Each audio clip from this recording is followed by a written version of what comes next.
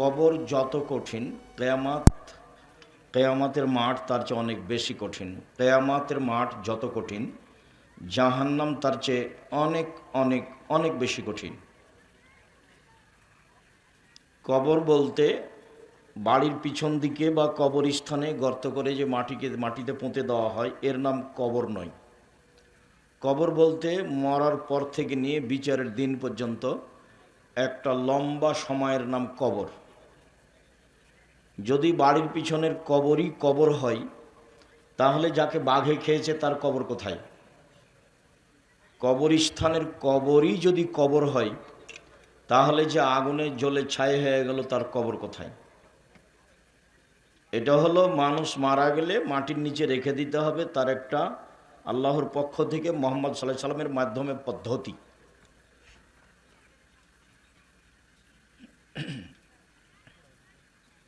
কবরে মানুষকে জিজ্ঞাসা করা হবে তার কর্মনীতি নিয়ে, এবং যারা জিজ্ঞাসা করবেন তাদের আকৃতি হবে ভয়াবহ। উত্তরে যদি ঠিক অবস্থা না আসে, তাহলে যারা মারবেন পিটাবেন তাদের কোনোদিন ক্লান্তি আসবে না।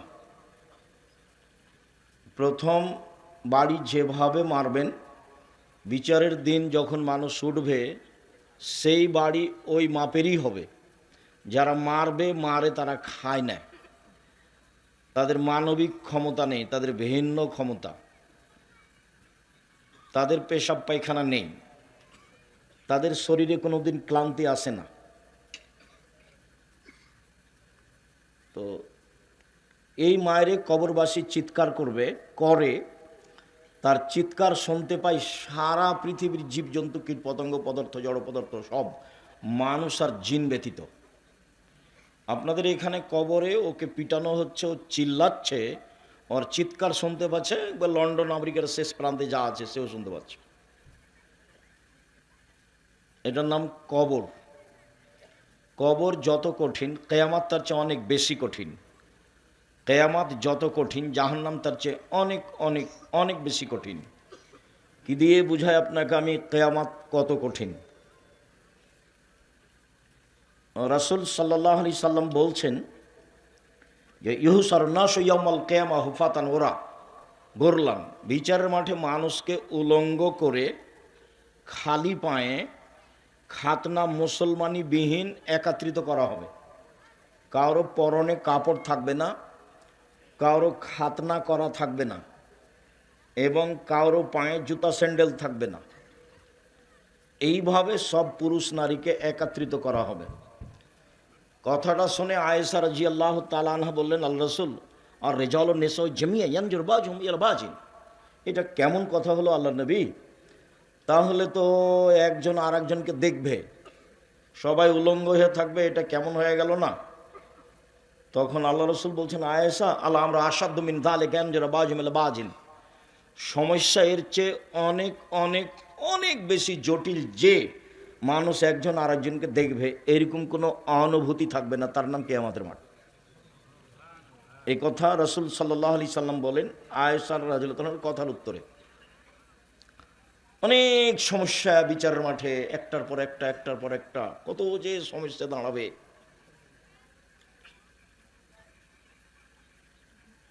রাসূল সাল্লাল্লাহু আলাইহি সাল্লাম বিচারের মাঠের কথা বলেন যে আমরা শুনেছি সূর্য অর্ধ হাত উপরে হবে, এরকম কোনো কথা আমরা জানি না, কোরআন হাদিসে নেই। 1 মাইল উপরে হবে সূর্য, কা মিকদারে মাইলিন, 1 মাইল উপরে হবে, বুখারী মুসলিমের হাদিস।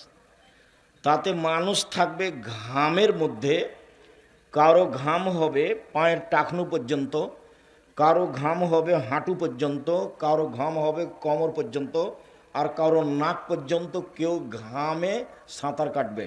কি দিয়ে বুঝায় আপনাকে কিয়ামতের মাঠ কত কঠিন?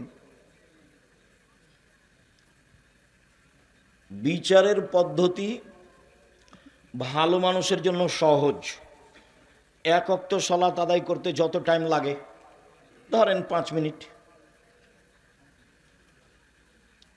আর কবরে থাকার টাইম হলো বাসর রাতের সমান, 2-1 ঘন্টা। 5,000 বছর আগে যে মারা গেছে সে যদি ভালো মানুষ হয় তো কিয়ামতের মাঠে যখন উঠবে তখন সে বলবে এখনই তো ঘুমালাম।